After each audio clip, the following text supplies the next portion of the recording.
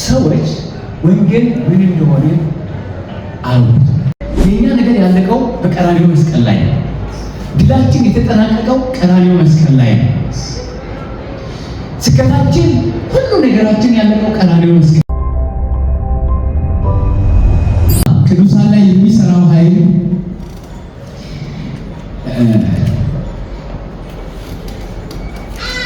በኃይል ተገልጦ አሸንፎ የማይወጣበት ምክንያት ምንድን ነው? ምንድን ነው ምክንያቱ?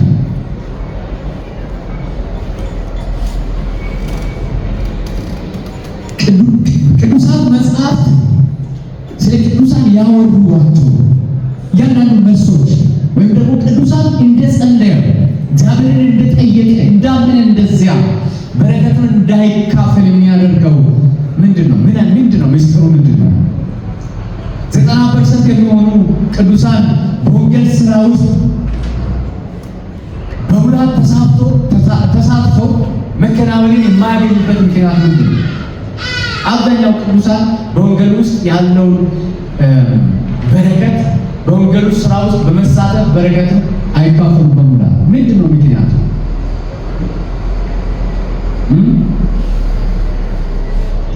በወንጌሉ የተሳካለት ሰው ጳውሎስ በወንጌሉ ኃይል ዓለምን የማሸነፉ ምስጢር እንግዲህ እንደምታውቁት መነሳት ላይ ብዙ ያው ሩጫም ላይ ብዙዎች ይጀምራሉ፣ ግን የሚያሸንፈው አለ እና መነሻ ላይ ብዙዎች እንደተነሱት አይደለም። ሐዋርያው ጳውሎስ ነው ልክ እስከ ሮም ድረስ ወንጌሉን ይዞ መድረስ የቻለ ታላቁ ሐዋርያው ጳውሎስ። የዚህ ሰው የስኬት ምስጢር ምንድን ነው?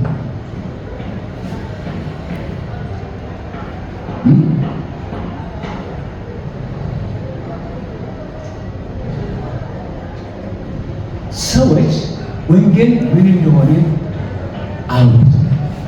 አብዛኛው ሰው ወንጌል ምን እንደሆነ አረጋግጦ አያውቅም። ወንጌል ምንድን ነው? ይህን ጠይቁታል። ወንጌል ምንድን ነው? እሺ፣ ደህንነት ምንድን ነው? ደህንነት ምነው ምስጢር ካሉ የወንጌልን ምስጢር ከተረዳ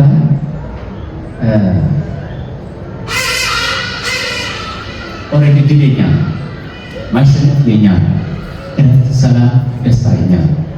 ማንም ሊወስድብን አይችልም። ሁሉም ነገር ያለው በወንጌል ውስጥ ነው። ሁሉም ነገር ያለው በተሰጠን በዚህ ወንጌል ውስጥ ብቻ ነው። ክብር ለጌታ ይሁን። ለዚህ ነው ሐዋርያው ጳውሎስ በክርስቶስ ላይ በሰማያዊ ስፍራ በመንፈሳዊ በረከት ሁሉ የማረከን የጌታችን የኢየሱስ ክርስቶስ አምላክና አባት ይባረክልና ዓለም ሳይፈጠር አያችሁ፣ የተመረጣችሁት የተወደዳችሁት የዳናችሁት መቼ ነው ሲባል ዓለም ሳይፈጠር በፊቱ ቅዱሳንና ነውር የሌለን በፍቅር እንሆን ዘንድ በክርስቶስ መረጠን። አሜን። መቼ? ዓለም ሳይፈጠር በፊቱ ቅዱሳንና አለነውር እንሆን ዘንድ ነውር የሌለን እንሆን ዘንድ በፍቅር እንሆን ዘንድ እግዚአብሔር በልጁ በክርስቶስ ምን አደረገን? መረጠን። በበጎ ፍቃዱ እንደወደደ በኢየሱስ ክርስቶስ ሥራ ለእርሱ ልጆች ልንሆን አስቀድሞ ወሰነ። በምኑ? በበጎ ፍቃዱ። ማንም የተጫነው ያስገደደው ሳይኖር እግዚአብሔር በበጎ ፍቃዱ በኢየሱስ ክርስቶስ ሥራ፣ በእኛ ሥራ አይደለም። በማን ሥራ? ስለዚህ ወዴት ይወስደናል ማለት ነው? ወደ ቀራንዮ መስቀል ይወስደናል ማለት ነው። የእኛ ነገር ያለቀው በቀራንዮ መስቀል ላይ ነው። ድላችን የተጠናቀቀው ቀራንዮ መስቀል ላይ ነው። ስኬታችን፣ ሁሉ ነገራችን ያለቀው ቀራንዮ መስቀል ላይ ነው። ስለዚህ እግዚአብሔር በበጎ ፍቃዱ እንደወደደን በኢየሱስ ክርስቶስ ሥራ ለእርሱ ልጆች ልንሆን አስቀድሞ ምን አደረገን ይላል? ወሰነን። ምን እንድንሆን? ልጆቹ። እስኪ እኔ እግዚአብሔር ልጅ ነኝ በሉ። ሁሉም ነገር ያለው ልጅ ውስጥ ነው።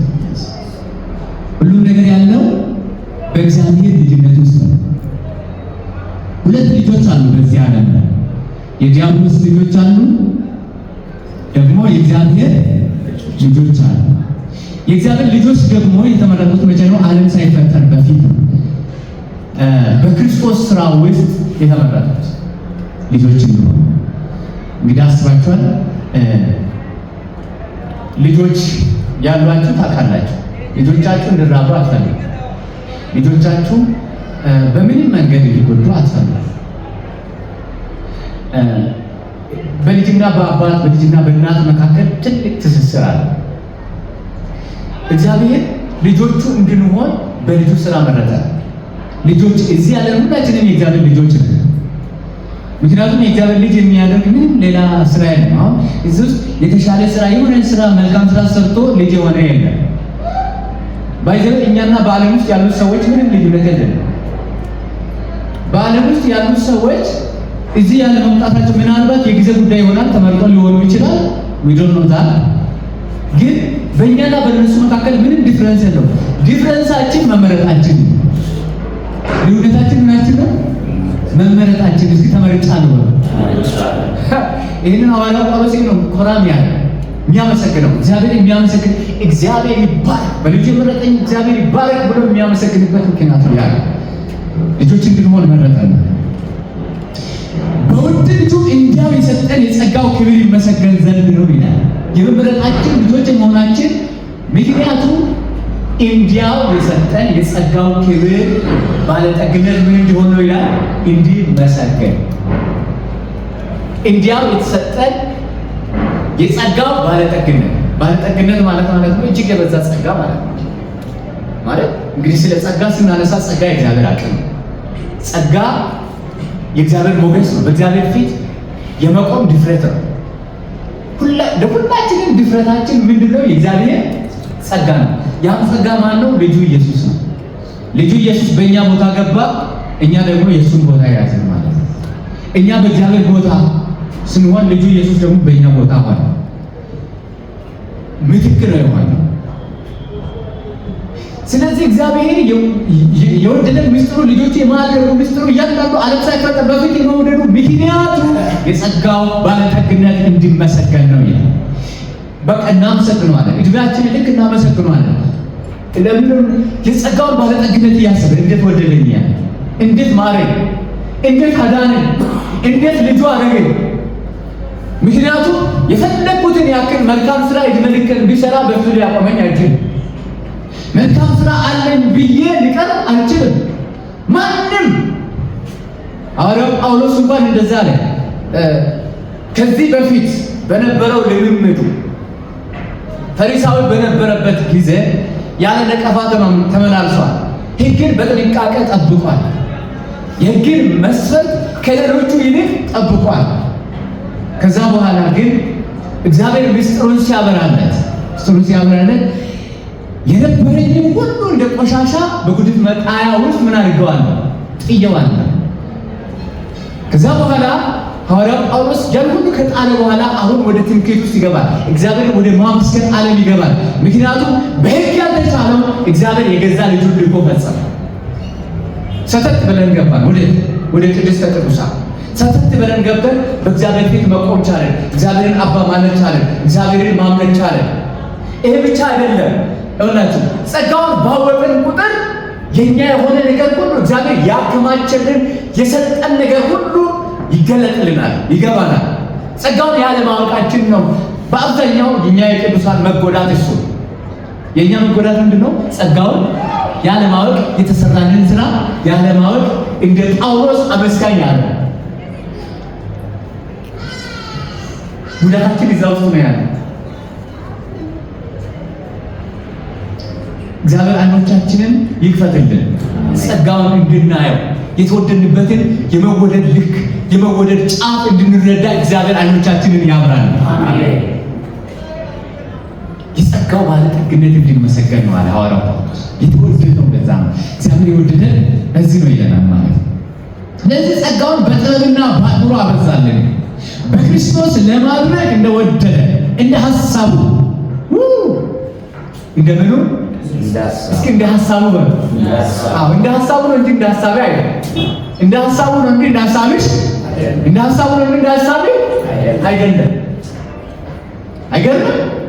እግዚአብሔርን ሐሳብ በዘላለማዊ ሐሳብ እግዚአብሔር ታደገ። የፍቃዱን ምስጢር ቁጥር 10 ላይ ኤፌሶን 1 ቁጥር 10 ላይ የፍቃዱን ምስጢር አስታውቆናልና ባይዘው ኤፌሶን ምዕራፍ 1 ከቁጥር 3 ጀምሮ ነው እየዘረዘርኩ ያለው። የፍቃዱን ምስጢር አስታውቆናልና በዘመን ፍጻሜ ይደረግ ዘንድ ያለው ሐሳቡ በሰማይና በምድር ያለውን ሁሉ በክርስቶስ ለመጠቅለል ነው። ይኸውላችሁ አመኑም አላመኑም፣ ወደዱም አልወደዱም ኢየሱስ ጌታ አይደለም ያሉ ሁሉ አንድ ቀን ለኢየሱስ ይበረከታል። አሜን። ሰይጣን ያው ቁርጡን አውቋል። ሰይጣን ኢየሱስ ጌታ እንደሆነ ያውቃል በደንብ ኢየሱስ ክርስቶስ እንደሆነ ያውቃል። ግን እድል የለውም። ኦልሬዲ ተፈርዶበታል። ለዚህ ጥቂት ጊዜ እንዳለው አውቆ በታላቅ ቁጣ ወርዷል። በታላቅ ቁጣውን እየተሰራ እየሮጠ ነው። በቃ እንዳበደ በቃ ማለት አጥፍቶ ጠፊ ሆኖ ምን እያደረገ ነው? እየሮጠ እንግዲህ እኛ ቅዱሳን በክርስቶስ ስራ በእግዚአብሔር ፊት የመቆም እግዚአብሔርን የማምለክ እግዚአብሔርን አባ የማነስ እድሉን አግኝተናል። ስለዚህ ኩራ ብለን ዘምጠን እግዚአብሔርን እናመልካለን። ክብር ለኢየሱስ ይሁን። ይሄ የሆነው እንደ ፍቃዱ ምግብ ሁሉን የሚሰራ እንደ እርሱ ሐሳብ አስቀድመን የወሰነ በክርስቶስ ደግሞ ርስትን ተቀበለ። ይሄ አስቀድመን የሚለው ከላይ እንዳለው ማለት ዓለም ሳይፈጠር በፊት ማለት እኛ መልካምም ሆነ ክፉ ሳናደርግ በፊት አንዳንድ ሰው ክፉ ስለሰራ በሕይወቱ ላይ ጉዳት እንደመጣ ያስባል። ባይዘው በጣም አስተውሉ። ያገኘን ሁሉ የደረሰብን ነገር ሁሉ ክፉ ስለሰራ ነው። ክፉ ስለሰራ ነው። ወንድም በደንብ አስተውሉ፣ በደንብ እናስተውሉ። ለዚህ ነው ዮሐንስ ወንጌል ምዕራፍ 9 ላይ ያለው ሁሉ ሰው ታውቃላችሁ። ደቀ መዛሙርቶቹ ረቢ ይሄ ሰው እውር ሆኖ እንዲወለድ ኃጢአት የሰራው ማን ነው? እርሱ ነው ወይስ ቤተሰቡ? ከቤተሰቡ አንዱ ኃጢአት አድርጎ ነው ወይስ እውር ሆኖ የተወለደው? ለምንድን ነው? በአይሁድ ዘንድ እንደ አይነት ሂሳብ ስላለ ምን ሂሳብ አለ?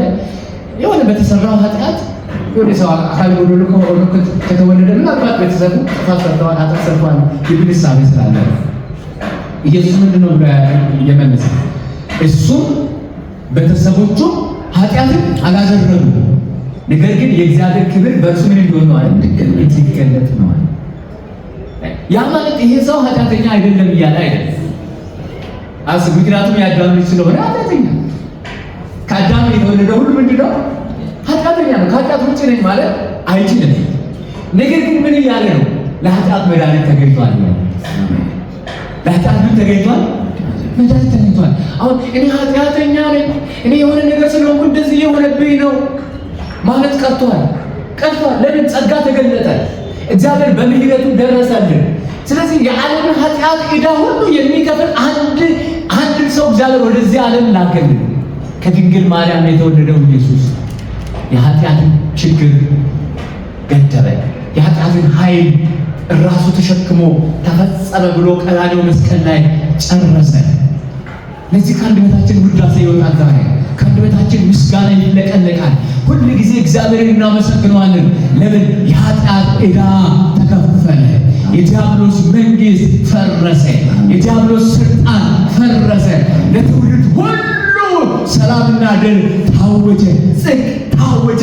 ቅድስና ታወጀ። ሰላም ታወጀ። በአንዱ ሰው በልጁ በኢየሱስ ክርስቶስ ስራ ብቻ። ይህን እግዚአብሔር ያደረገው በዘላለማዊ ዕቅዱ እንደ ራሱ ሐሳብ እንደ ራሱ ምክር እግዚአብሔር ፈጸመ። ክብር ለኢየሱስ ይሁን። አሜን። ያን ነው ኢየሱስ መስቀል ላይ ተፈጸመ ያለ ዮሐንስ ወንጌል 19:30 ላይ ኢየሱስም ሆምጣጤውን ከተቀበለ በኋላ ምን አለ? ተፈጸመ። ያ የአብን ፍቃድ የአብን መሻት የአብ ሐሳብ ዓለም ሁሉ በልጁ እንዲድን ነበር። ያንን የአብን ፍቃድና መሻት መጥቶ ክርስቶስ በመስቀል ላይ ጨርሶ ተፈጸመ። እስኪ በክርስቶስ ሰላም አለኝ በሉ። በክርስቶስ ሰላም አለኝ። ምንም አይነት ይሆናል።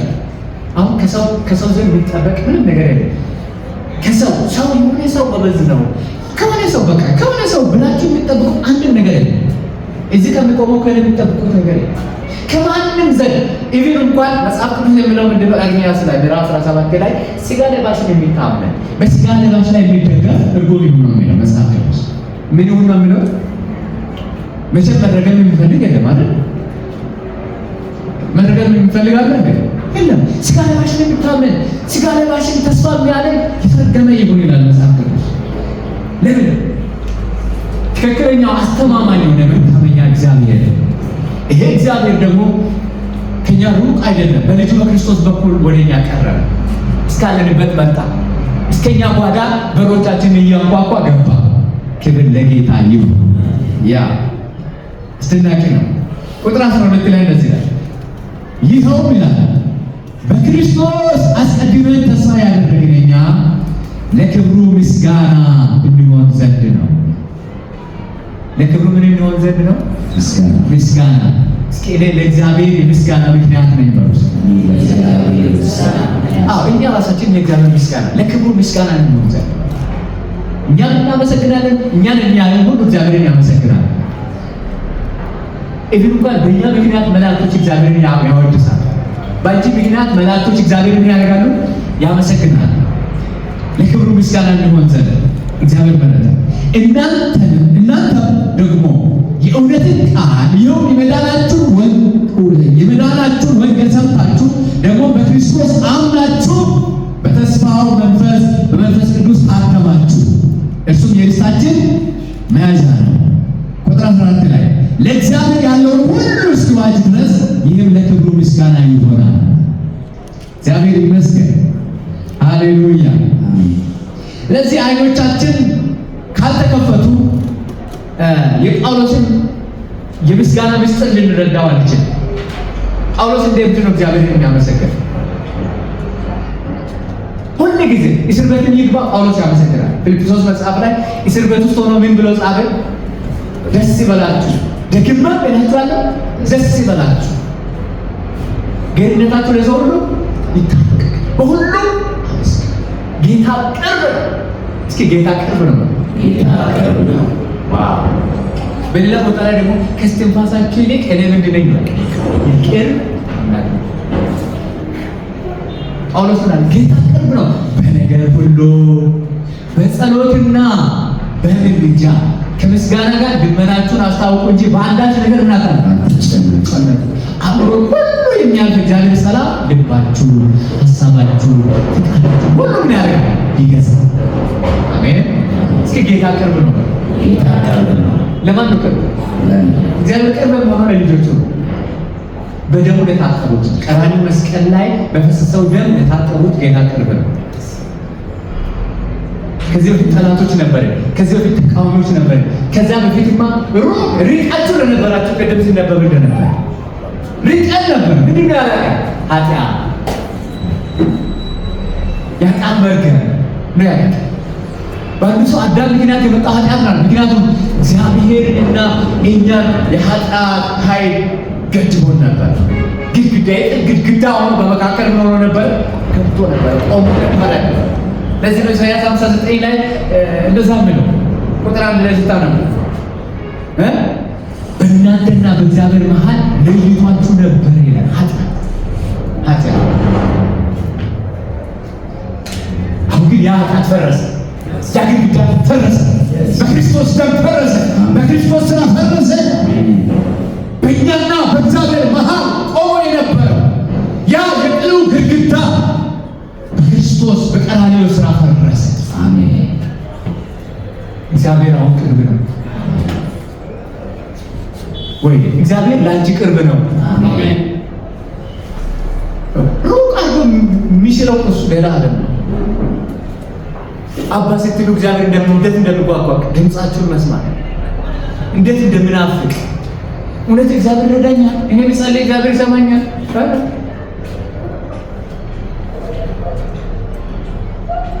ሃሌሉያ።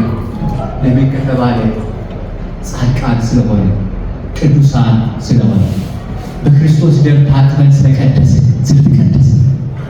ዳግም ስለተወለደ ቀራንዮ ላይ ዳግም ስለተወደድን ብቻና ብቻ። አሜን። የሆነ ነገር ጨምረን አይደለም። ሰው በሰው ፊት የሆነ ነገር ሞገስ ለማግኘት ሸድጉድ ይላል። ይሆን እግዚአብሔር ጋር ግን መጥተህ ጌታ እንዲህ አይነት ነገር አለኝ ብትል ታውቃክ ነው።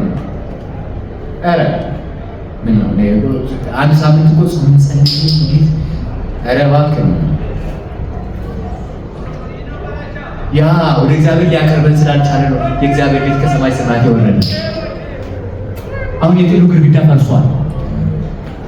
አሁን ላመኑት ሰላም በቃ ለሚያምኑት ሃይማኖት አይደለም ያለ ወንጌል ነው ያለ። ወንጌሉ ልጁ ኢየሱስ ክርስቶስ በጨረሰው ስራ ሁሉም ነገር ደህናና ሰላም ነው። ቤታችሁ ሰላም፣ ህይወታችሁ በሙሉ ሰላም። ክብር ለኢየሱስ ይሁን። ወንጌሉ ሁሉ ሰላም አድርጎታል። ለዚህ ነው ሐዋርያው ጳውሎስ በሁሉ ነገር ምን አድርጉ? ተመስገኑ። ደህንነትን መቀበል ታምራት ነው። ከታምራት ሁሉ የሚበልጥ ታምራት ደህንነትን መቀበል ነው። እስኪ ታምራትን በህይወት አይቻለሁ በሉ። ድናችኋል? ከዘላለም ኢቶን እሳት ድናችኋል? ከዘላለም ሞት ከሰይጣን ኃይል ድናችኋል? ከኃጢአት ቀንበር ድናችኋል? ታምራትን ተቀብላችኋል ማለት ነው።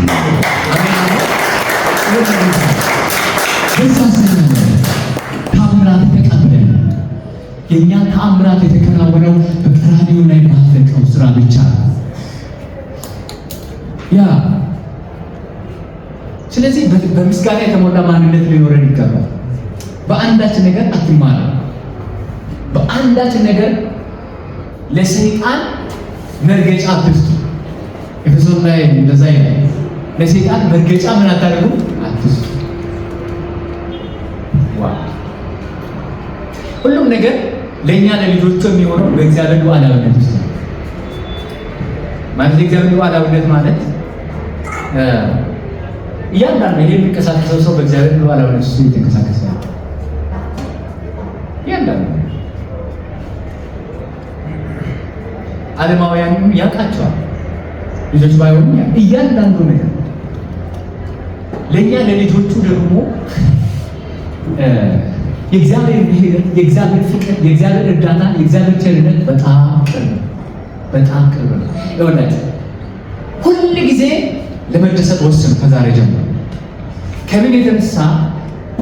በተቀበላችሁት ማንነት፣ በተቀበላችሁት ልጅነት፣ በተቀበላችሁት ጽድቅ። ይሄ የለኝም ብንል እሱ ክህደት ነው። ማለት አሸናፊ አልሆኑ በህይወት ውስጥ እንደዚህ አይነት ልክ ነው አሉ። ግን እኛ ጻድቅ በእምነቱ በህይወት እስኪ ጻድቅ ወጡ በእምነቱ በህይወት ይኖራል። ምን ላይ ነው እምነቱ? ቃሉ ላይ እንጂ በእውነታችን ላይ የምናየው ነገርማ ውሸት ማለት ተቃራኒ ነው የሚያወራው። ከቃሉ ተቃራኒ ነው የሚያወራው። የምታየው ነገር ትጠፋለህ ነው። የምታየው ነገር ትሞታለህ፣ አትቀጥልም ነው። ይሄ ደግሞ ካመንከው መጨረሻው ሰው በዚህ አይነት ዲሲፕ እየሆነ በዚህ አይነት ውሸት እያመነ የሚኖር ሰው መጨረሻው በስቃይ ነው። በምስጋና ይወጣ አልቀር። ምክንያቱም ይሄ ዓለም ወደ አንተ ሰርጎ መግባት ጀመረ ማለት ውሸቱን መቀበል ጀመረ ማለት ስቃዩ እየከፋ ነው የሚሄድ። አሁን ግን ለእኛ ከበራልን ነገር የተነሳ መስቀል ላይ ካለቀው ስራ የተነሳ ማመስገን ጀምረናል። ምስጋና እግዚአብሔርን ወደኛ፣ ምስጋና የእግዚአብሔር ዓለም ወደ ህይወታችን፣ ምስጋና ድልን ወደ ህይወታችን ያቀርባል ያመጣል። ስለዚህ በድል ለመመላለስ የጨለማው ኃይል እንዲወድቅ ከፈለጋችሁ በቀራንዮ መስቀል ላይ ተንተርሳችሁ በቀራንዮ ላይ በፈሰሰው ደም ላይ ቆማችሁ እግዚአብሔርን ማመስገን ጀምሩ። አሜን። ደህንነት የእግዚአብሔር ምርጫ፣ ደህንነት የማን ምርጫ ነው? ያንቺን ዕቃ ያነሳው እግዚአብሔር ነው እንጂ አንቺ አይደለሽ። እግዚአብሔርን ስለወደድሽ አይደለም እዚህ ያለሽ፣ እግዚአብሔር ስለወደደሽ። እግዚአብሔርን ስለያዛችሁት አይደለም የቆማችሁት፣ እግዚአብሔር እናንተን ስለያዛችሁ። መኖር ስለቻላችሁ ራሳችሁን መጠበቅ ስላቻላችሁ አይደለም፣ እግዚአብሔር ጠባቂያችሁ ስለሆነ ምስጋና ይገባው። ሃሌሉያ ሃሌሉያ። ያ እግዚአብሔር ስለጠበቀን ነው የኖር ነው። ደግሞ ይሄ ጥበቃው ይቀጥላል በሕይወታችን። አንዳች ነገር መፍራት ከቅዱሳን ዘንድ አይጠበቅም። ጌታም ጸጋውን ዕለት ዕለት ያደርግልናል፣ ያበዛል። እግዚአብሔር ይመስገን።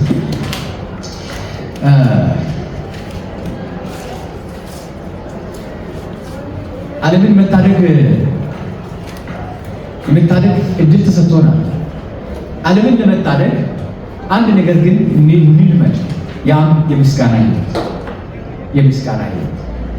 ዓለም ሳይፈጠር በፊቱ ቅዱሳንና ለነውር የሚሆን ዘንድ በክርስቶስ መረጠ።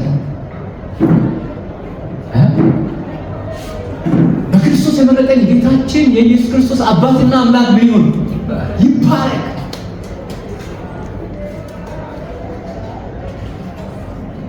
ያለ እኛ አስተዋጽኦ አንዳች መልካምም ሆነ ክፉ ሳናደርግ የወደደን እግዚአብሔር ይባረክ። ለሐዋርያው ጳውሎስ ሞትም ጥቅሙ ነው። ለሐዋርያው ጳውሎስ መገረፍም መልስ ነው። ለሐዋርያው ጳውሎስ የትም ምንም እስር ቤት መጣለም ለሱ በረከት ነው። ከዚህ የተነሳ እስር ቤት ገብቶም ያመሰግናል፣ ስታመምም ያመሰግናል። በእያንዳንዱ ነገር ውስጥ ምን ያደርጋል? ያመሰግናል። የድል ምስጢር እሱ ነው። ለዚህ ነው ዳዊትን በሞት ጥላ መካከል ብሄድ እንኳ አንተ ከእኔ ጋር ነህና ክፉን ብትልና ምርኩዝ እነሱን ያጽናኑኛል። ለምን? እግዚአብሔር እረኛዬ ነው። ለዳዊት ትልቁ ትምክህቱ እረኛው ነው። ለበግ ትልቁ ትምክህቱ እረኛው ነው። አሁን እረኛው ለበጎቹ የሚያስፈልገውን ሁሉ ያስባል። ለበጎቹ አስፈላጊውን ነገር ሁሉ ምን ያደርጋል? ያቀርባል፣ ይመራቸዋል፣ ይመግባቸዋል። እረኛው ከዚህ የተነሳ ዳዊት እግዚአብሔር እረኛዬ ነው አለ። የሚያሳጣኝ የለም፣ በለመለመ መስክ ያሳድረኛል፣ በዕረፍት ውኃ ዘንድ ነፍሴን መለሳት። ስለ ስሙ በጽድቅ መንገድ በሞት ጥላ መካከል እንኳ ቢሄድ በሞት ጥላ አስባቸዋል። የሞት ጥላ ማለት ነው። በሞት ጥላ ዳዊት ብዙ የሞት ጥላዎችን አልፏል። አይታችሁ እንደሆነ ሳውል ለ6 ዓመት አሳድሮታል። ማለት ትልቅ መንግስት ብዙ ሰራዊት ያለው አሳድሮታል። ዱካውን እየተከተለ ጫካ ውስጥ የገባ ጉድጓድ ውስጥ የገባ አለት ውስጥ በተደረገ እዛው ነው። የሚገርማችሁ ነገር እግዚአብሔር ከአንድም 2 3 ለዳዊት አሳልፎ ሳውልን ሰጥቶታል። ዳዊት ግን እግዚአብሔር ይበቀለው፣ እግዚአብሔር የቀባው አልነካውም። የሚገርም ነው። ማነው ጠላቱ ካልሆነ ሰጥቶት የሚተው ማንም የእግዚአብሔር ልብ ያለው ካልሆነ በስተቀር መተው አይችልም። እግዚአብሔር ይመስገን። እግዚአብሔር ምናችን ነው። ስለዚህ አንዳች አላጣም። ጌታ ሆይ ስለዚህ ቃል እናመሰግናለን። ዓለም ሳይፈጠር በአንተ ፊት ቅዱሳን አለነውር እንድንሆን ስለመረጥከን እናመሰግናለን። ስለፈሰሰልን ደም እናመሰግናለን። የታረድከው በግ እናመሰግናለን። ያዳንከን ሆይ እናመሰግናለን። ለዘላለም ስላዳንከን እናመሰግናለን። ደህንነታችን ዋስትና ስላለው እናመሰግናለን። ዕለት ዕለት በእጅ ላይ ስላለን እናመሰግናለን። ከቅዱሳን ሰራዊቶች ጋር ከሰማይ መላእክቶች ጋር ከአእላፋት መላእክቶች ጋር እናመሰግናለን። ሃሌሉያ! እናመሰግናለን። አድነኸናልና እናመሰግናለን። ነፍሳችን ከሲኦል አመለጠች፣ ከዲያብሎስ መንግስት አመለጥን። እናመሰግናለን። እረኛችን የተባረከ ይሁን። ምዕራፍ 2 ላይ ሐዋርያው ጳውሎስ እንደዚህ ይላል፣ እርሱ ከጨለማው ኃይል በአየር ላይ ባለው አለቃ ፍቃድ ትኖሩ ነበረ። ከአለቃው ፍቃድ አዳነን ይላል። ከበደላችንና ከኃጢአታችን ታደገን ይላል። ዋው! ስለዚህ ልናመሰግነው ነው። በአየር ላይ ካለው አለቃ ፍቃድ ስለታደገን፣ ከበደልና ከኃጢአታችን ስለታደገን፣ ገዳይ ከነበረው ኃጢአት ራሱ በብቃቱ ስለታደገን። በበደላችሁና በኃጢአታችሁ ሙታን ነበራችሁ ማለት ከበደላችሁና ከኃጢአታችሁ አሁን በክርስቶስ ሥራ ምን ሆናችኋል? ነፃ ወጣችሁ። ያ ለዚህ ነው ሐዋርያው ጳውሎስ እግዚአብሔርን የሚያወድስ እግዚአብሔርን የሚባርከው ሁሌ። ለምን? ከጨለማው ኃይል እግዚአብሔር ስለሌለ። ዝም ብላችሁ ወደ ታች ስትመለከቱ እግዚአብሔር ከልጁ ጋር ምን ሰጠን ይላል? ሕይወት ሰጠን። በተፈጥሯችን እንኳን የቁጣ ልጆች ነበር የሚያፈሰው። ከዛ አስነሳን፣ በቀኙ ደግሞ ምን አደረገን? አስቀመጠን። አስነሳን፣ በቀኙ ይህን ያደረገው እግዚአብሔር ለካስ አስቀድሞ ያየልን መልካም ስራ በእኛ የሚሰራ ስራ ስለነበር ያንን መልካም ስራ እንድንሰራ በክርስቶስ ኢየሱስ ምን አደረገን? መረጠ። ለዚህ እግዚአብሔር እናመሰግነው። ከባርነት የዳነ ሰው፣ ከምርኮ ያመለጠ ሰው፣ ከእስር ቤት ያመለጠ ሰው ዝም ማለት አለበት። ከእስር ቤት ማለት እድል ፋንታ መታሰር ነበር። እድል ፋንታ ምርኮኛ መሆን ነበር። ለዘላለም ባሪያ ሆኖ መኖር ነበር። ግን እግዚአብሔር ምን አደረገ? ታደገ።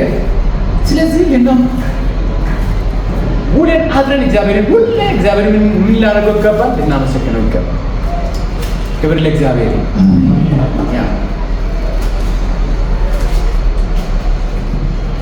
ምዕራፍ 2 ላይ ምዕራፍ 3 ላይ ዓለምን እንድንታደግ ከስሞች ሁሉ የሚበልጥ ስም ሰጥቶናል እግዚአብሔር። ምዕራፍ 3 በአጠቃላይ ሲታነቡ እግዚአብሔር የክርስቶስን ስም ሰጠ። ለሐዋርያው ጳውሎስ እግዚአብሔር ምስጢርን አበራለን። ኢየሱስ እርሱ ክርስቶስ የመሆኑን ምስጢር አበራለን። ኢየሱስ እርሱ ክርስቶስ ነው ማለት ክርስቶስ በሚለው ውስጥ ያለውን ምስጢር ሐዋርያው ጳውሎስ ስለገባው ኢየሱስ ምን ያህል ይህንን ምስጢር እንደማቅ ትገነዘባላችሁ። ለካታች ያለው ለዚህ ነው ኢየሱስን ስንጠራው የጨለማው መንግስት የሚቀጠቀጠው፣ ኢየሱስን ስንጠራው የኃጢአት ኃይል የሚሰበረው፣ ኢየሱስን ስንጠራው የሞት ኃይል የሚሰበረው ኢየሱስ እርሱ ክርስቶስ ስለሆነ።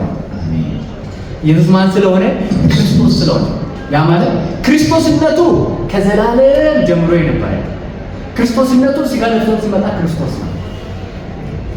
ከተነሳም በኋላ በዘላለም ውስጥ ኢየሱስ የተባለው ስሙ ግን መልአኩ በተናገረው መሰረት ወይም ደግሞ እግዚአብሔር ለምድራዊ መጠሪያ ልክ እንደኛ ከሕግ በታች ለተወለደው ለኢየሱስ ለተወለደው ክርስቶስ የተሰጠው ስም ስያሜ ኢየሱስ።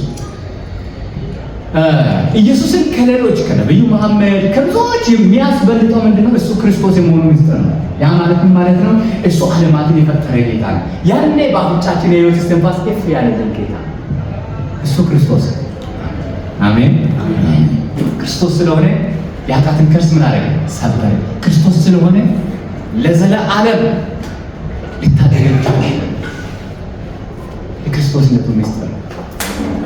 ለዚህ ነው እግዚአብሔር ዓለምን የሚታደግበትን ኢየሱስ የሚለውን ስም ከፍ ከፍ ካደረገው በኋላ ለዚህ ነው ጴጥሮስ ሐዋርያት ሥራ ምዕራፍ 2 ላይ ይህን ኢየሱስን እግዚአብሔር አከበረው፣ ክርስቶስን ጌታ አደረገው።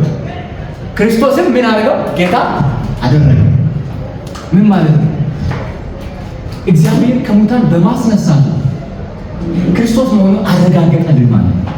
አማርኛ ሮሜ ምዕራፍ 1 ቁጥር 4 ላይ ስትመለከቱ በኃይል ከሙታን በመነሳት የእግዚአብሔር ልጅ መሆኑን ምን አደረገ?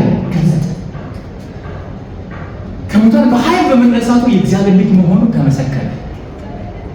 ኢየሱስ ከሙታን ሲነሳ እኛም ከእሱ ጋር ተነሳ። አሜን። እግዚአብሔር ይመስገን። ትልቅ ከዚህ የተነሳ እግዚአብሔርን ሁሌ ያመሰግናል። ለምን? ዓለምን የመታደጉ እድል ሐዋርያው ጳውሎስ ስላገኘ እኛም አግኝተናል። እስኪ እኔ በሉት ዓለምን ይታደጋል። ለራስሽ አታስቢ። እሱ ኦልሬዲ የተከናወነ ነገር አልቋል። በቃ አሜን። በቃ ተፈጸመ። ዳንን እኮ በቃ አለቀ። የእኛም አለቀ። ግን ሚሽን አለ፣ ተልእኮ አለ። ተልእኮ በኢየሱስ ስም ዓለምን መካፈል። ኢየሱስን ስትጠራ ሁሉም ይበረከታል። ችግሩም ይበረከታል። የትኛውም ነገር ይበረከታል። ግድ የላቸው። ኢየሱስን እስከ ገደል ስንጠራ ነበር፣ ስናመልከው ነበር፣ ደስ ሲለን ነበር፣ በፊቱ ስንቀኝ ስናወድሰው ነበር። በዚህ ሁሉ ውስጥ ምን እየሆነ ነው? ተቃራኒው ኃይል እየተንበረከከ ነው። የእኛ ነገር እየተሰራ ነው። ይህንን ካልተገነዘበ እሑድ ቸርች መምጣት አያስፈልግም። እዚህ እያመለከን ምን እንደሚሆን ካልተረዳ ልክ ስታመልኩ ምን እየሆነ ነው? የእግዚአብሔር መንግስት የዙፋኑ በረከት በእናንተ ላይ እየመጣ እንዲህ ተቀምጠን የእግዚአብሔር ቃል ስንሰማው ለስሙ ክብር ስናመጣ ለስሙ ውዳሴ ስናመጣ የእግዚአብሔር መንግስት እየመጣ ነው ሁሉ ጊዜ። ለዚህ ነው የኛ ቦታ ያምልኩ። በቃ የኛ ህይወት ያምልኩ ህይወት፣ የመደሰት ህይወት ነው። ይህንን ያደረገው ማን ነው? እግዚአብሔር ራሱ በፍቃድ በቸርነት። ለዚህ እግዚአብሔር ዓለምን እንድንታደግ ከስሞች ሁሉ በላይ የሆነውን ስም የኢየሱስን ስም ሰጠ። የሃይማኖት አባቶች አይደሉም ዓለምን የሚታደጉ። ሃይማኖት ስላችሁ ከዚህ ቀደም ሰምረን ብዙ ሃይማኖቶች አሉ በዓለም ዙሪያ ብዙ ሃይማኖቶች። አንዳንዴ ሚዲያ ላይ የተደበላለቀ ነገር ታገኛላችሁ አይደል? ሚዲያ ላይ እባካችሁ በየሃይማኖታችሁ ጸልዩልኝ የሚሉ ቅዱሳን ሰምታችኋል? የተደበላለቀባቸው በየሃይማኖታችሁ ጸልዩልኝ። እስኪ ጸሎት በማን ስም ነው እግዚአብሔር የሚሰማው? ኢየሱስ ማለት ታዲያ ሌላው አድራሻው ወደ አድራሻው ባጭራ አማርኛ ለጣዖት ነው የሚቀርበው። ባጭራ አማርኛ ከጣዖት ጀርባ ማን አለ? ዲያብሎስ አለ። ሌላ ጸሎቱ ለሚቀርበው ለዲያብሎስ ነው። ሼክ ጋር ጸልይ ይላል። አይሆንም፣ አይሆን ነገር በየሃይማኖታችሁ ጸልዩ። ፍቅር መወደድን ለማትረፍ ከፈለግን ለዛ ነገር ዓለም እንድትወደድ ምን ያደርግልናል? ዓለም ዛሬ በወድም ነገ ይፈታፈታል። ዓለምና እኛ ሁሉ እግዚአብሔሮች ነን፣ ጠላቶች አገነስ ልንፋቀር ልንወዳጅ አንችልም። ከዓለም ጥቅም ፍለጋ አንሄድም። ከዓለም የሆነ ነገር ለመጓዝ አለ ትሰጣለች፣ ከዛ ከስር ደግሞ ትሰጣለች። አይሆንም። ዓለምንና በዓለም ያለውን ምን አታደርጉ ተብሏል? አትውደዱ ተብለናል። ዓለምና በዓለም ያለውን ምን አታደርጉ? ዓለምና በዓለምን ያለውን የሚወድ እሱ በእሱ ዘንድ የአባት ፍቅር የለውም። ገንዘብን የሚወዱ ሰዎች፣ ይህንን ዓለም የሚወዱ ሰዎች እንዲህ የሆነ ቀን እንደሚከዳ እንዳትረሱ። ምንም ይኖር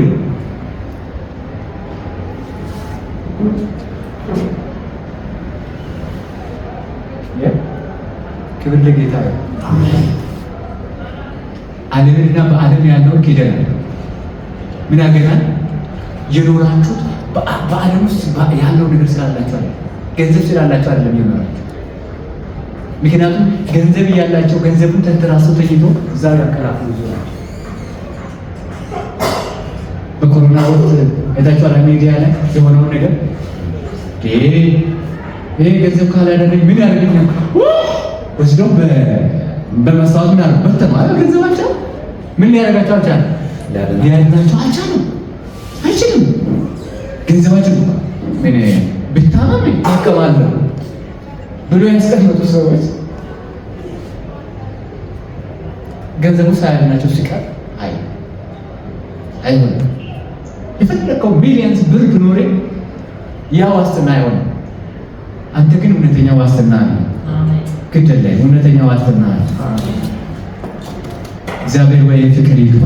አሜን። በዚህ ብቻ እንድንመካ ይርዳል። አሜን። ለዚህ ነው መጽሐፍ ቅዱስ የሚመካ በእግዚአብሔር ምን ያህል ይመካል። የእግዚአብሔር ልጅ በመሆኑ ምን ያህል ይመካል። እግዚአብሔር ሆይ እናመሰግናለን። አሜን። እናመሰግናለን። አሜን። ዋስትና አለ። ዋስትና አለሽ። እስኪ ዋስትና አለኝ በሉ። ዋስትና አለ። አባታችሁ አይተማችሁ። አሜን። ጠላት እንኳን እንዲረዳ ያደርጋል። ግድ የለም ጠላቴ እንኳን የገዛ ጠላቴ ይረዳል። ብቻ እግዚአብሔር ካንተ ጋር ይሁን፣ ብቻ እግዚአብሔር ሞገስ ይሁን፣ ብቻ እግዚአብሔር ወዳጅ ይሁን። ግደለ እግዚአብሔር ወዳጅ እንዲሆን ደግሞ የሆነ ነገር ማድረግ የለብንም። በቃ እግዚአብሔር ወዳጅ እንዲሆን አለቀ። ቀራንዮ መስቀል እግዚአብሔር ሊጠላ አይችልም። ቀራንዮ መስቀል ላይ የተፈጸመው ስራ ያለ እዛ ጋር ያንተ ነገር አልቋል፣ ተከፍሏል። የነገውም ተከፍሏል። የነገው ዕዳይ ተከፍሏል ነው። እስኪ ሄሎ በተከፈለላችሁ ውስጥ ነው ያለው ክርስቶስ የትናንትናውንም የዛሬውንም የነገውንም ጭምር ቀራንዮ መስቀል ላይ ምን አደረገ? ጨረሰ። እስኪ ጨረሰ ማለት ሰይጣን ይስማ ብላ የኔ ነገር አልቋል ነው። እስኪ የኔ ነገር ተፈጽሟል ነው። የኔ ህይወት ተፈጽሟል ነው። በተፈጸመላችሁ ስራ ውስጥ ነው የምትኖሩ። በተጠናቀቀ ህይወት ውስጥ ነው የምትኖሩ። እግዚአብሔር ወይ ይሄንን እንድንረዳ አእምሯችንን ይክፈት። አሜን። በተጠናቀቀ ለምን መጨነቅ ከት ለምን ማለት መፍራት ለምን መጣ? ለምን አስፈለገ? አይመጥነንም፣ አይመጥነንም። ምክንያቱም ተከፍሎልናል። ክብር ለጌታ ይሁን። አሜን። ኃያላን መንግስታት ዓለምን ሊታደጉ አይችሉም። ይችላሉ? አይችሉም። ለምንድን ነው የማይችሉት? ሚስጥሩ ለምን ነው ታውቃላችሁ? ኃያላን መንግስታት ሰይጣንን ማስረስ ስለማይችሉ አይችሉም። ይህንን ዓለም እንደፈለገ እንዲህ እያተራመሰ ያለው ማለት ነው አየሩ ገዢ ያለ። ለዚህ ነው በኢየሱስ ማመን ውስጥ ያለው ልዩነት ዲፍረንስ ይሄ። በኢየሱስ ስናምን የሴቲቱ ዘር የባቡር ራስን አድርጎታል፣ ቀጥቅጦታል። የአየሩ አለቃ አንዳች ስልጣን የለውም በእኛ። እስኪ የአየሩ አለቃ ነው የአየሩ አለቃ ሰይጣን ዲያብሎስ ነው። በእኔ ላይ አንዳች የለውም። እንኳን ደስ አላችሁ። ለእግዚአብሔር ክብር ክብር።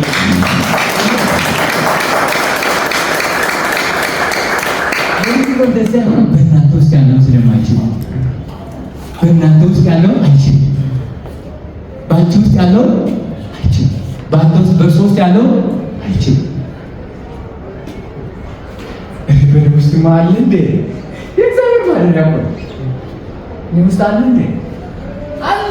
በቃ አለቀ እኮ መስቀል። ይሄ ነው መሰረቱ። ይሄ መሰረታችን ምኑ ነው? ቃሉ ነው።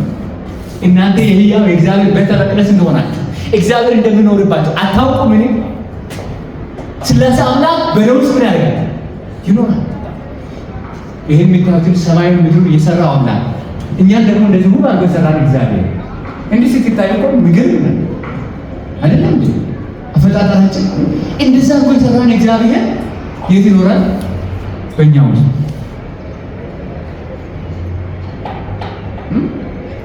ኢሳያስ ለመጣና እግዚአብሔር ኢሳያስ እኔ ሰው በሰራው ቤት ውስጥ አልኖርም።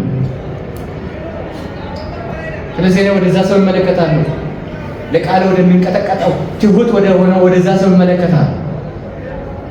በዛ ሰው ውስጥ ምን አደርጋለሁ? ይኖራል። ሃሌሉያ። ለቃል መንቀጥቀጥ ትሁት መሆን ምን ማለት ነው? ትሁት መሆን ማለት መስቀል ላይ የተሰራውን ስራ የኔ ብሎ ማለት የኔ ነገር ተፈጽሟል፣ እኔ አሸናፊ ነኝ ብሎ ማለት እግዚአብሔር ጨርሶልኛል፣ በቃ እፍ ብሎ በረጅሙ ተንፍሶ ጌታን ማመስገን። በኋላ ስትሄዱ ቡና እያፈላችሁ ሽርጉድ እያላችሁ እግዚአብሔርን አመስግኑ። ሳምንታችሁ ሁሉ የምስጋና ጊዜ ይሁን። እንደዛ ስታደርጉ የአየሩ አለቃ ይወድቃል፣ በቃ ይመታል። ለምን ሲባል እዛ ምስጋና፣ ምክንያቱም መስቀሉ ውስጥ ገብታችሁ ነው እያመሰገናችሁ ያላችሁ። አቅማችሁ መስቀሉ ነው። አቅማችሁ መስቀል ላይ የፈሰሰው ደም ስለሆነ በዛ ሰዓት የአየሩ አለቃ አናቱ ይመታል፣ ስልጣኑ ሙሉ በሙሉ ይገፈፋል። ምስጋና ጀምር። እሺ ምስጋና ጀምር ነው። አጠጋቦች ጀምር፣ ምስጋና ጀምር። ክብር ለኢየሱስ ይሁን። ቀራንዮውን እያያችሁ አመስግኑ። ጎልጎታውን እያያችሁ አመስግኑ። የፈሰሰላችሁን ደም እያያችሁ አመስግኑ።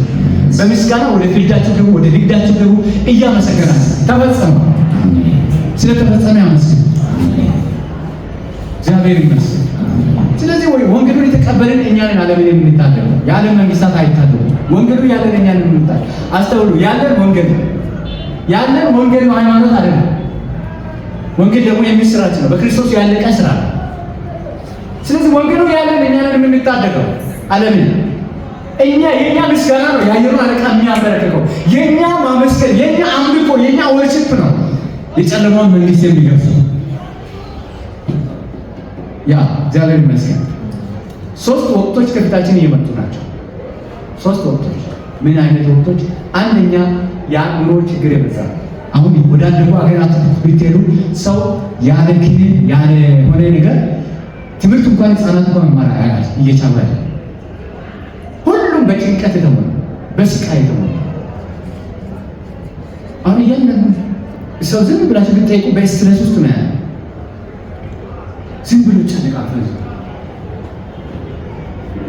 ምንድነው ሲባል ኖሮ ምንድነው ሲባል እንዴ ምንድነው ሲባል ኢቭን እንኳን አይወል መጽሐፍ ቅዱስ ለዛ ነው ተጨንቆ በቁመቱ ላይ አንድ ስንዝር መጨመር እንችላለን እናንተ ማለት። ስለዚህ በአንዳች ነገር ምን አታደርጉ። ኢየሱስ አለ ማቴዎስ ምዕራፍ 6 ላይ ታረችን ተከቷን ነገር ማታደርግ ማድረግ ካልቻላችሁ ለምን ትጨነቃላችሁ? እስኪ የሰማይ ወፎች ምን አሉ? ወፎች ይጨነቃሉ?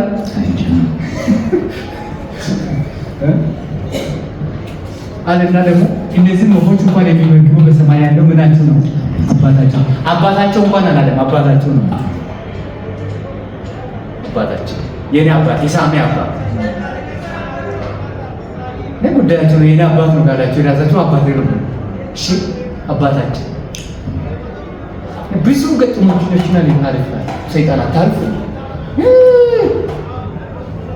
ተታዋቅ ብርክክ ነው። ሌላ ምን ብርክክ ቀራንዮን እያየው መስቀሉን እያየው በሰል እንደም እያየው እያመሰገኑ መላእክቶች የሰማይ ሰራዊት የሥላሴ አምላክ ወጥቶ ያደርግ። እግዚአብሔር ሁሉ ጊዜ ጠላቶቻችን እየበተነ ነው የሚለው። ለዚህ አምልኳችሁ እንዳት ከፊታችሁ አደገኛ የሱስ ጊዜ አለ። የሱስ ጊዜ ይመጣል ማለት ለምንድን ነው? ሰው ከጭንቀቱ ለማረፍ ለመገላገል ሳያውቅ በወቅት ላይ ሱሶች ተዘፍቀው አሁን እንደው እኛ ጋር ይሻል ባደጉት ዓለማት እስፔሻሊ እነዚህ ዲጂታል የሆኑ ነገሮች ብዙ ትውልድን ይሳፈር እያደረጉ ናቸው። ራስን የማጥፋት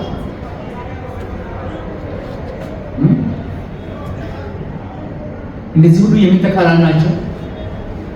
ከምስጋና ህይወት የሚወጣ ሰው ሁሉ ጊዜ ኑሮን እያየ የሚጨነቅ ሰው፣ በራሱ ጥረት እንደመኖር እያሰበ የሚታወቅ ሰው፣ የሆነ ነገር አጣው ብሎ የሚጨነቅ ሰው ነው። በብዙ ኢየሱስ ጌታ ነው።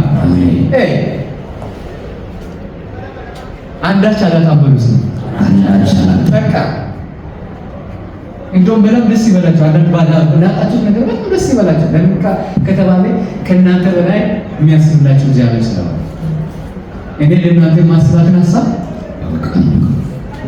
ሕፃኑ እጅግ ያማረ መልካም ሀሳብ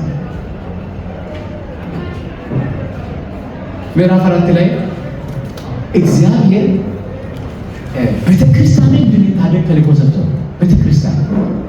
ቤተክርስቲያን የሚታርፈው በእኛ ነው። ቤተክርስቲያን እንታደጋለን እንደ እውነተኛ አምልኮ በማምለክ እውነተኛ አምልኮ።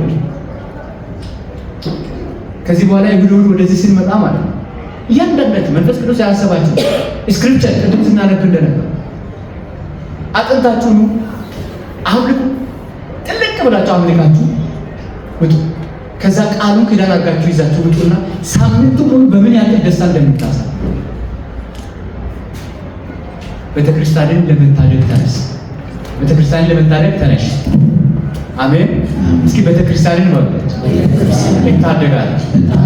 ቤተክርስቲያን ውስጥ ዓለማዊነት ዘፍቆ እየገባ ነው። ቤተክርስቲያን ውስጥ ዓለም እየተሰበከች ነው። ብር ገንዘብ እየተሰበከ ነው። ቤተክርስቲያን ውስጥ ሹመት በቃ ሆነ ነገር ቤተክርስቲያን ሰው የሆነ ነገር ፍለጋ ይመጣል። ይሄን እንኳን ከበሽታ ይዤ ቤተክርስቲያን ይዤ ተወሰነ ነው እንደዛ ነው። ፋንዳሜንታል የሆነውን ሂሊንግ ነው የሚፈልገው። ፋንዳሜንታል ሂሊንግ ምንድነው? በእግዚአብሔር ቦርድ ነው። በእግዚአብሔር ኃይል ውስጥ ስትገባ በሽታውን ትረግጠዋል። ያንን ኃይል ነው መፈለግ ያለባቸው። የማንን ኃይል? የእግዚአብሔርን ኃይል። ኢቭን ኢጦቴን ትረሳዋለህ። ይሄንን ዓለም ትንቋለህ። ያ ፋንዳሜንታል የሆነ ምክንያቱም ጋር ስንፈጠር እግዚአብሔር በሆነ ነገር እየተባበልን እንጂ ከሆነ ነገር በኋላ እንድንሮጥ አይደለም የፈጠረን እግዚአብሔር። እሱን እንድንከተለውና እሱን ብቻ እንድናመልከው ነው የተፈጠረ። እስኪ እግዚአብሔር ብቻ መልካም ነው። ተስማሙ ባካችሁ። እግዚአብሔርን ብቻ እናምልክ። እግዚአብሔርን ብቻ እዩ። ለዚህ ሐዋርያው ጳውሎስ ክርስቶስ በፊታችሁ እስኪሳል ድረስ ዳግመኛ ቤት ይዞኛል። የክርስቶስ መስቀል ያ ብቻ በፊታችን ሊሳል ነው የሚገባው። እግዚአብሔር ወዶ ኢየሱስ እኮ እግዚአብሔር ነው አይደል? ኢየሱስ እግዚአብሔር ነው። ከድንጋይ የተወለደው ኢየሱስ እግዚአብሔር ነው። እሺ ምን አደረገልን? ለአንተ ምን አደረገልን? ተሰቀለ፣ ተንጠለጠለ። ማን? እግዚአብሔር የፈጠረ ፈጣሪ አምላክ በመስቀል ላይ ምን አደረገ? ፈጣሪ እኮ እሱ ፈጣሪ አይደለም፣ እሱ ስጋው ነው የተንጠለጠለው። ፈጣሪ አምላክ እኛም ፈጥሮን ተነስቶ ተሰቀለ። ግን ታዲያ አንተ ወልዶ ከተሰቀለ እስኪ አንተ የሆነ ነገር ስትሆን እንዴ በቃ ቆሞ መታዘብ መስላል። ተሰቀለ እኮ አንተ ሞተ፣ ተሰቃየ፣ ተገለጠ፣ ቆሰለ፣ ደማ።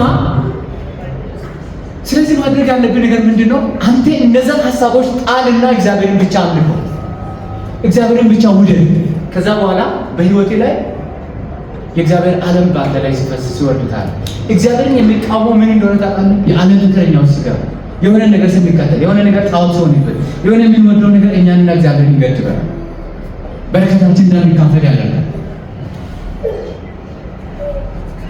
ስለዚህ የእግዚአብሔር ፍቅር በለው እግዚአብሔር ፍቅር ለእኔ ብርቱ ነው።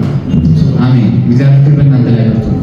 እዚህ ቀጣዩን ትውልድ እንድንታደግ ምዕራፍ 5 ወደታች ስታነቡ እንደዛ ቀጣዩን ትውልድ እንድንታደግ እግዚአብሔር ተልእኮ ሰጥቶናል። ምዕራፍ 6 ላይ የጨለማውን ዓለም እንድናሸንፍ ተልእኮ ተሰጥቶናል። ምዕራፍ 6 ከቁጥር 10 ጀምሮ ስታነቡ በአየር የሚበላበሉትን የክፉ ፍላጻ ሁሉ ሊታጠፉ የሚችሉበትን የእግዚአብሔርን ዕቃ ጦር ምን አለ አንሱ ልበሱ። መጋደላችን ከስጋና ከደም ጋር አይደለም፣ በአየር ላይ ካሉ ከክፋት ሰራዊት ጋር ከጨለማ ኃይል ጋር ነው እንጂ። የሆነ ሰው እንደዚህ ነው ምን ይላል? ይሄ ማለት በስጋ መታገል ማለት መጋደላችን በስጋ ማድረግ ማለት ነው። መጋደላችን በአየር ላይ ካለው አለቃት ጋር ካረግ ነው። ያ ማለት ምን ማለት? እኛ እግዚአብሔርን እናመልካለን፣ የጌታን ስም እንጠራለን። እግዚአብሔር የአየሩን አለቃ ምን ያደርጋል? ያንበረክከዋል፣ ይመታዋል ማለት ነው። ያ ለዛ ነው እግዚአብሔር የአየሩን አለቃ እንድናሸንፍ የድልን ሕይወት ሰጥቶናል። ስለዚህ በምስጋና ወደ እርሱ እንቅረብ፣ ወደ ጸጋው ዙፋን እንቅረብ። እግዚአብሔርን ብቻ እንውደደው፣ እናምልከው። ደህንነት የእግዚአብሔር ምንድን ነው? እግዚአብሔር ስለመረጣችሁ ታድጓቸዋል። የማንጠፋ ዘር ከእግዚአብሔር ተወልደናል። እናንተ ግን ከማይጠፋ ዘር ምን ሆናችኋል? እግዚአብሔር ይመስገን። ስለዚህ ክርስቶስ ብቻ። ማን ብቻ? ክርስቶስ ብቻ። የእግዚአብሔር መንግስት ብቻ ናፈቅ። የመንፈስ ቅዱስ ሙላት ብቻ። የት ነው ያለው? እሱ አብሮ። ክብር ለጌታ ይሁን። አሜን። ጸልያለሁ። ጌታ ይመስገን። ሃሌሉያ። ምስጋና